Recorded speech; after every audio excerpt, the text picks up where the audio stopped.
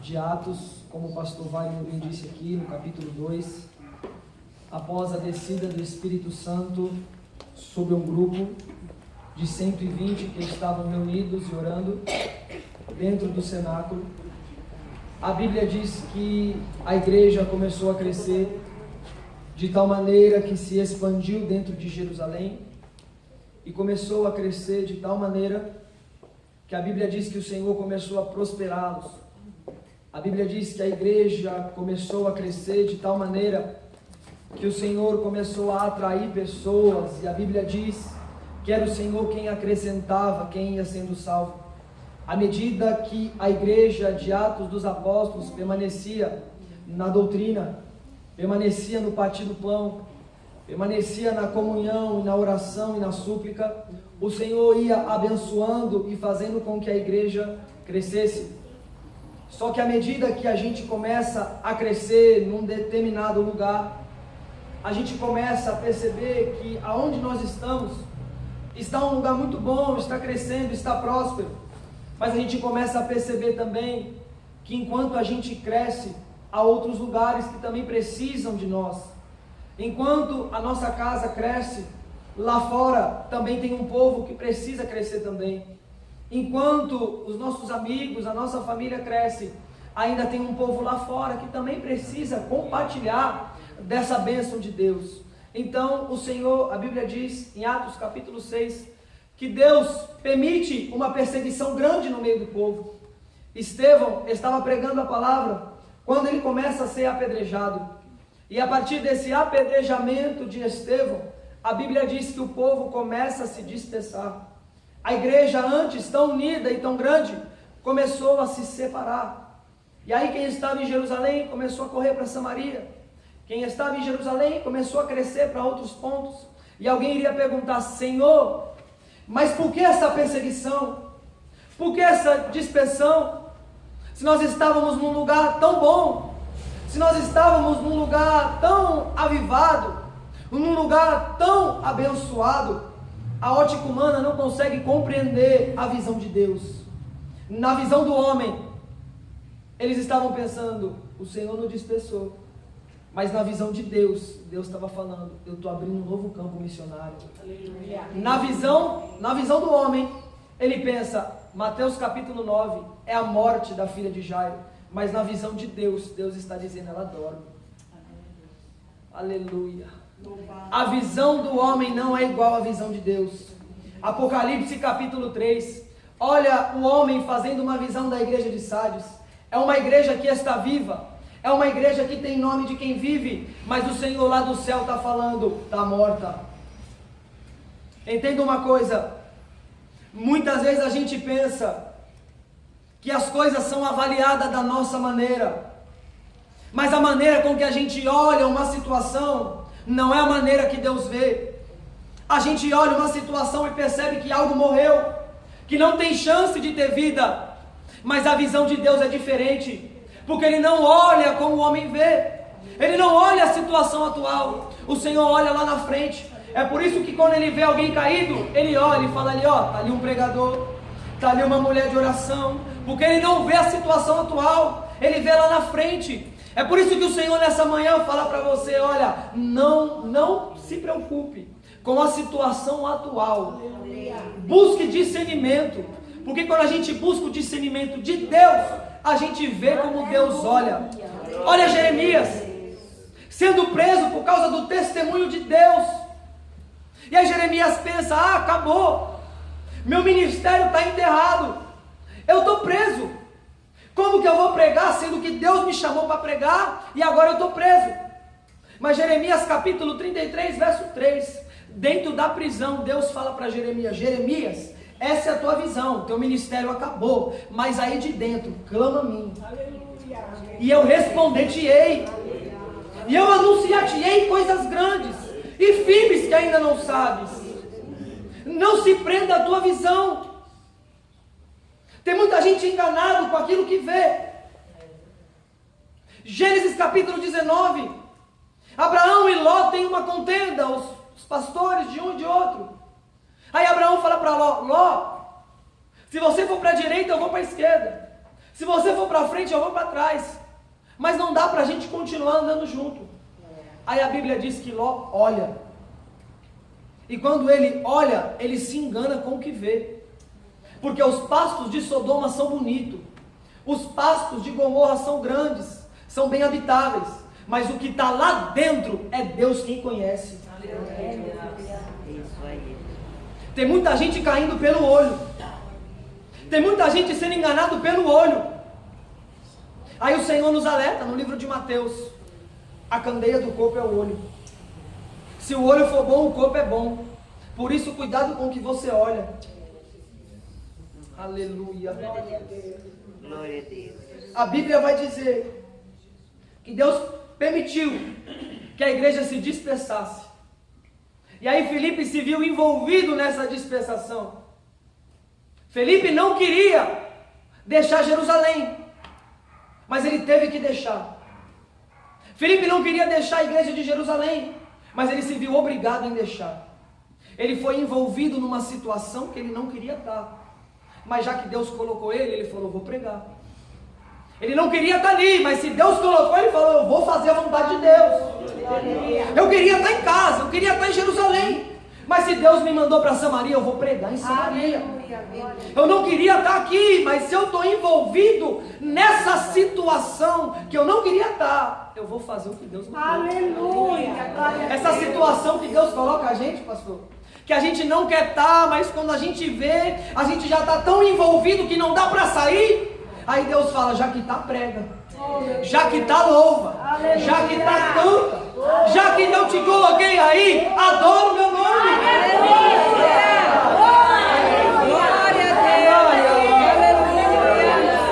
Você não pediu para estar, mas já que está, adora.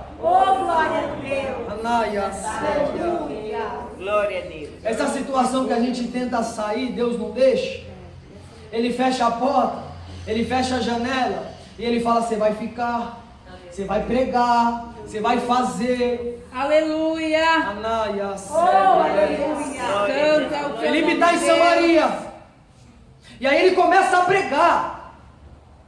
Só que é difícil entrar num lugar aonde a mentira está reinando. Porque a Bíblia diz em Atos capítulo 8 que Samaria era dominada pela idolatria. A Bíblia diz que tinha um certo homem que enganava a multidão. A multidão era enganada por ele. A multidão acreditava na mentira dele. Só que eu acho tão interessante aqui que a mentira só reinou enquanto Felipe não estava. A mentira só governou enquanto a verdade não tinha chego. O povo só era enganado enquanto não tinha verdade no meio deles. Mas quando Felipe chegou, anunciando a verdade, até quem enganava teve que confessar quem Deus era. Porque a mentira só reina enquanto a verdade não chega. A mentira só tem poder e espaço enquanto a verdade não chega. E como a verdade vai chegar se quem tem a verdade está escondido? Como que alguém vai pregar a verdade num lugar onde a mentira reina? Se quem prega a verdade está escondido na caverna? Se quem prega a verdade está com medo de pregar? Aí o povo fica enganado, acreditando na mentira, porque não tem ninguém que fala: olha, não é assim, não é desse jeito, isso não é evangelho. Aí Felipe chega, e através da mensagem, aleluia, vinda com o testemunho, porque a palavra tem poder, mas o que convence mais é o testemunho. A palavra acompanhada do testemunho faz com que Samaria crê na palavra de Deus. E até um certo homem que enganava, ele chega ao conhecimento e fala: se isso aí que Felipe faz é a verdade, eu também quero ela. Aleluia. Se isso aí que Felipe faz, ele prega, e quem é cego abre o olho, eu quero isso. Se quem é coxo levanta quando ele prega, pelo poder de alguém que é maior que ele, eu quero isso. Porque uma coisa é você pregar de você, outra coisa é você pregar de alguém que é maior que você. Aquele homem Simão que estava naquela cidade, ele enganava. E ele dizia: olha, eu sou um grande personagem. Só que Filipe não veio falando dele. Filipe veio falando: olha, tem alguém que morreu por mim, por você. Oh, glória. Eu não prego de mim, eu prego daquele que me enviou. O nome dele é Jesus. É Ele quem salva. É Ele quem cura. É Ele quem batiza. Isso aí que estão inventando, que é um evangelho aí misturado, isso é mentira. Aleluia. É a verdade que tem que reinar. É Jesus. É a palavra. Olha o que Paulo vai dizer no livro de Gálatas, no capítulo 1, no verso 9. Todo aquele que vos apresentar um evangelho diferente do que já foi anunciado, seja anátema. Ainda que um anjo desça do céu e vos anuncie um evangelho diferente, seja anátema. O que muda o homem é a palavra. O que transforma o homem é a palavra. O que traz mudança de vida é a palavra. Não adianta inventar, é Jesus. A Bíblia diz que Filipe começa a pregar. E aí quem está em Samaria começa a aceitar o evangelho. Aí Filipe percebe que o movimento, que a palavra deu certo, que Samaria começou a crer no poder de Deus. Então ele chama Pedro e fala: Pedro, vem até Samaria. Porque o povo creu na palavra. Porque o povo se arrependeu. Aí Pedro começa a reunir todo o povo. E ele começa a estender a mão e orar. E dizer: Senhor, esse povo aceitou a tua palavra. Esse povo se arrependeu dos pecados. Agora eu te peço, batiza eles. Renova eles. Aleluia. Transforma eles. Amém. Pela imposição de mãos, o poder desce.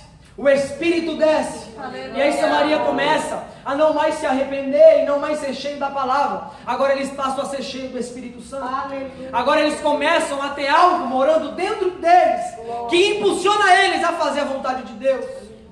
Aí este Simão que creu, que se converteu, que viu que a palavra era verdadeira, ele vê Pedro estendendo a mão e o Espírito descendo. Aí ele fala: Pedro, eu percebo que o poder de Deus vem através da imposição de mãos. Então me fala aí, quanto você quer para eu também ter esse poder? Porque eu também quero. Me diz aí, quanto você cobra para me dar isso que você tem? Meu Deus do céu. Aí sabe o que Pedro fala? O que eu tenho não tem valor. Porque quem me deu não foi o homem. Então eu não posso cobrar por algo que não foi homem que me deu, foi Deus. Essa imposição de mãos e a descida do Espírito Santo não vem através de dinheiro. Não vem através do que o homem oferece. Isso aqui vem através de joelho. Isso aqui vem através de rosto no chão. Isso aqui vem através de jejum. Poder de Deus não se compra por dinheiro. Poder de Deus se compra com lágrima. Não tem como. Quer barganhar com Deus? Aí Pedro fala: aparta de mim, Simão, porque tu pensou que o dom de Deus se comprasse por dinheiro. Mas isso aqui que aconteceu em Samaria não tem preço. É algo incalculável. Ver uma alma se rendendo a Cristo, isso aqui dinheiro nenhum paga. Se aparta deste ministério. Aí Simão percebe o que fez e fala: Pedro, me perdoa. Eu quero participar desse evangelho, ora por mim. Ora por mim. A Bíblia diz que Samaria começa a ficar cheia da presença de Deus. Samaria começa a ficar lotada da glória de Deus. Deus começa a descer e visitar os moradores daquela cidade. Mas chega um determinado dia que o anjo do Senhor aparece a Filipe e diz: Filipe, aí em Samaria está muito bom. Aí em Samaria está um avivamento gostoso. Quem está dentro da igreja está sentindo a minha presença. O Espírito desceu aí dentro, está tudo muito bom. Mas eu tenho algo para te dizer. Sai de Samaria, do meio desse avivamento. sai do meio de Samaria e desce para a banda do sul, ao caminho que está deserto. Aleluia. Olha o que Deus está pedindo para Felipe. Felipe, sai do meio do avivamento. Sai do meio da multidão. Sai do meio da igreja que está recebendo o Espírito Santo e desce para o caminho que está deserto. Aleluia. Você consegue entender a dimensão desse pedido de Deus? Deixa o teu conforto. Deixa os teus prazeres. Deixa a tua vontade e desce. Senhor, mas vou descer para onde? Para o caminho que está deserto. Aí Felipe desce, porque Felipe obedece. Quando ele chega no lugar, ele vê que está deserto, não tem uma alma, não tem nada. Aí Felipe se pergunta a Deus: o Senhor me tirou do avivamento. Quando eu fui para Samaria, eu não pude escolher. O Senhor me envolveu na situação e eu tive que pregar. Mas agora eu desci porque eu ouvi a sua voz e obedeci. Mas eu estou num lugar deserto. Aí Deus fala: Felipe, olha. Quando o Felipe olha, ele vê um homem que está parado no deserto. Ele vê um homem sentado no seu carro, lendo a palavra de Deus. Ele lê o profeta Isaías. E ele começa a se perguntar: meu Deus, mas eu acabei de voltar de Jerusalém, da adoração, mas eu estou lendo algo que eu não entendo. Escuta isso. Felipe está em Samaria, aqui em cima, fazendo a vontade de Deus, realizando a vontade de Deus, mas aqui embaixo tem alguém que está no deserto, lendo a palavra e não está entendendo.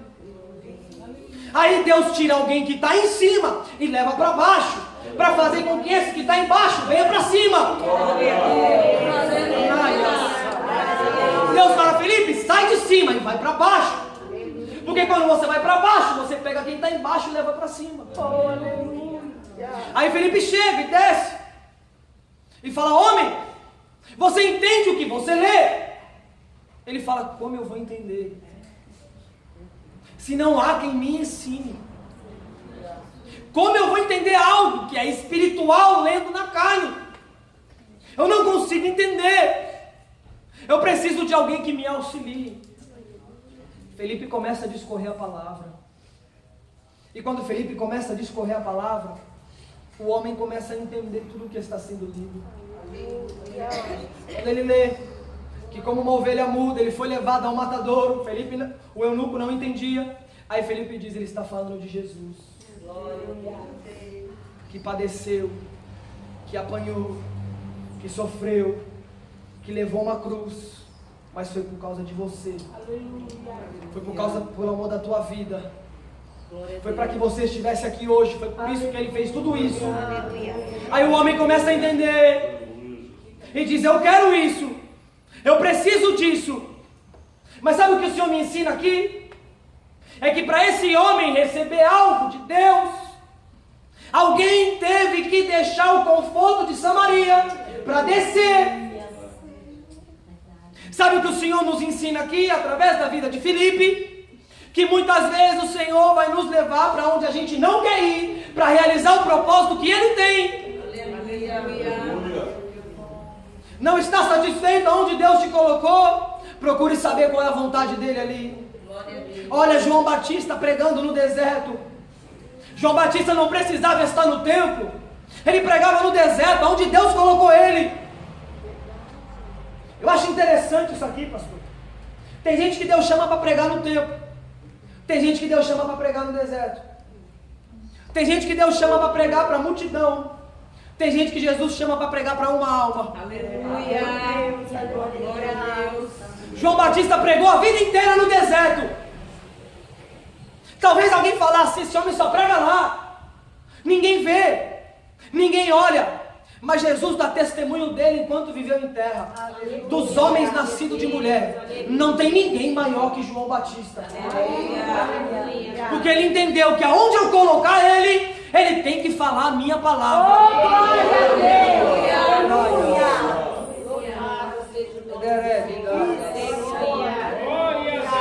a Deus.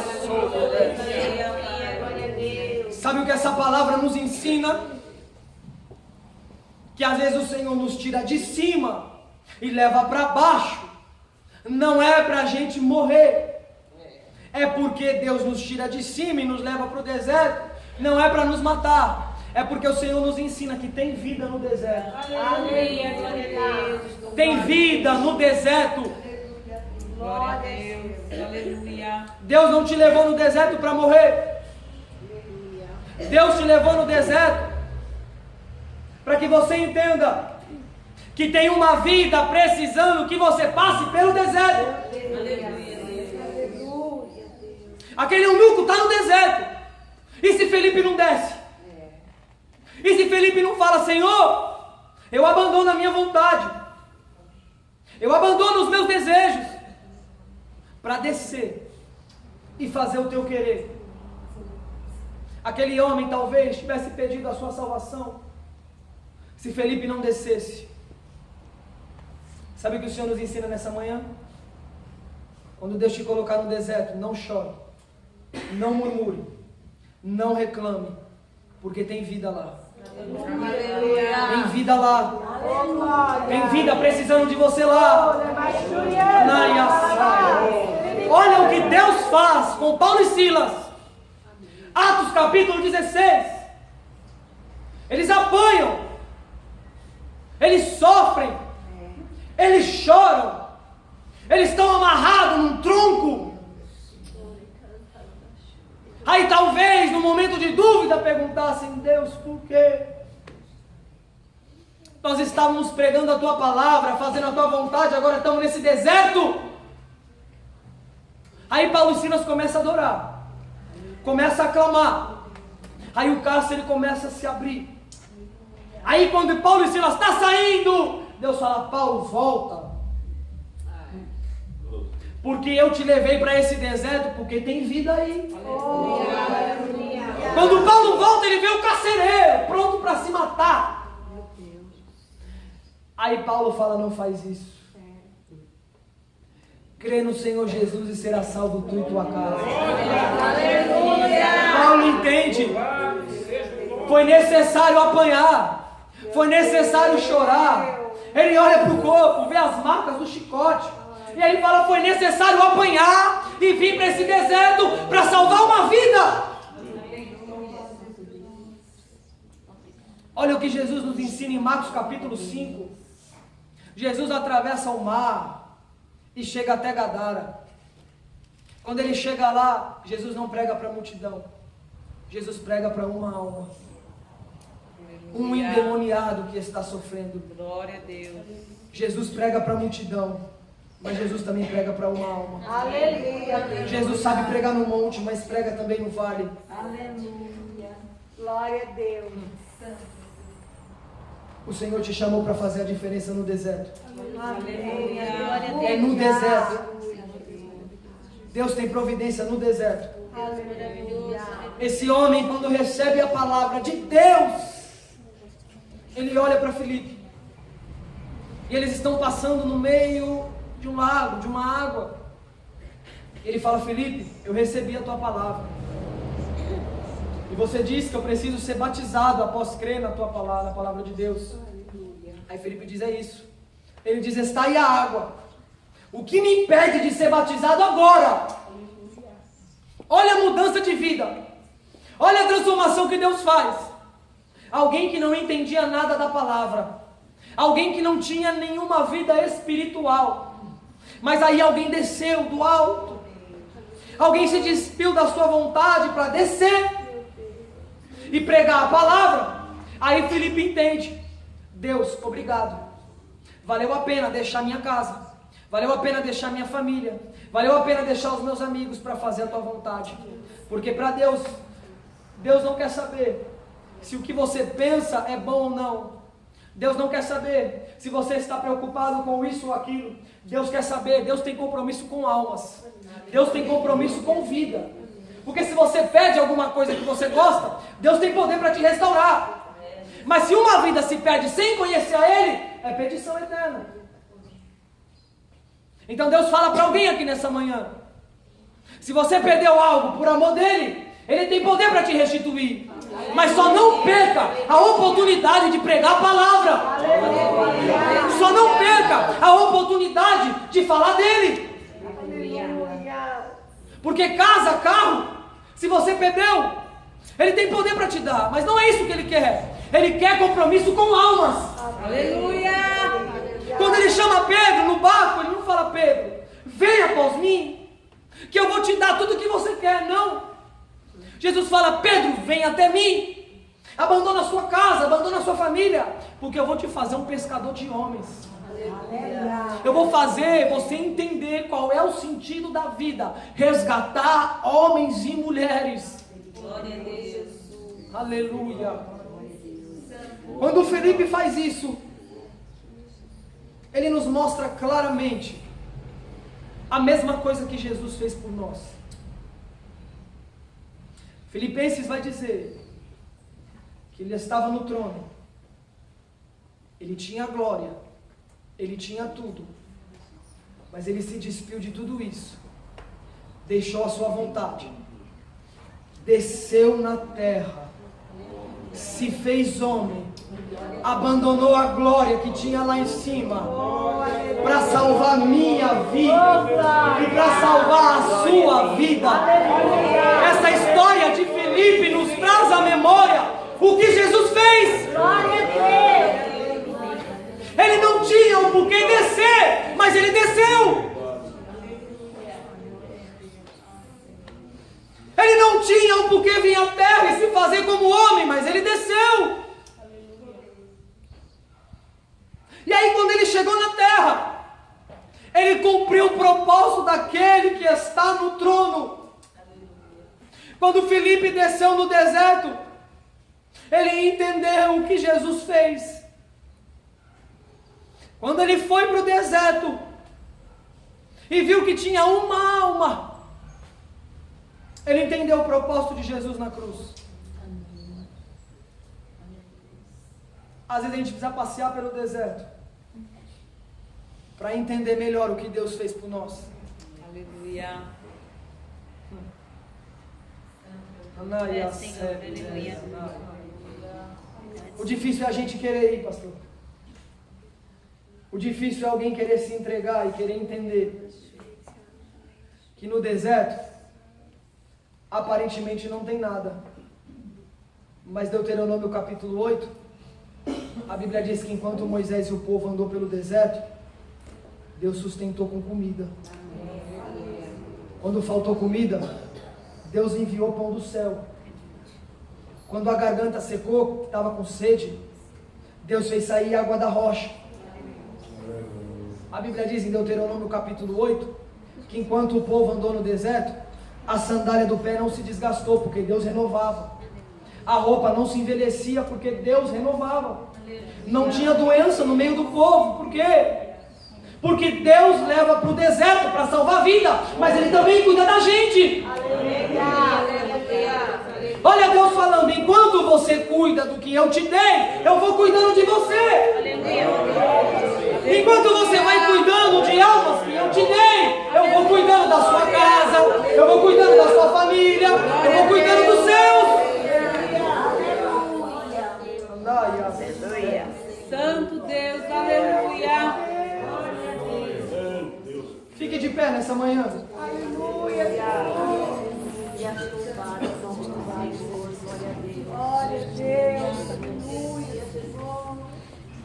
Vamos orar, mas antes de orar, eu quero perguntar se tem alguém nessa manhã que, mediante essa palavra, entendeu o que o Senhor falou e talvez está no deserto como esse homem, sem entender qual é o propósito de Deus para a sua vida.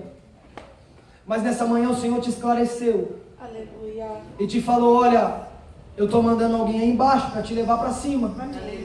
Para que você entenda que aí embaixo não é o seu lugar. Você está embaixo, mas hoje o Senhor te ensina que mediante a palavra Ele vai te colocar lá em cima. Aleluia.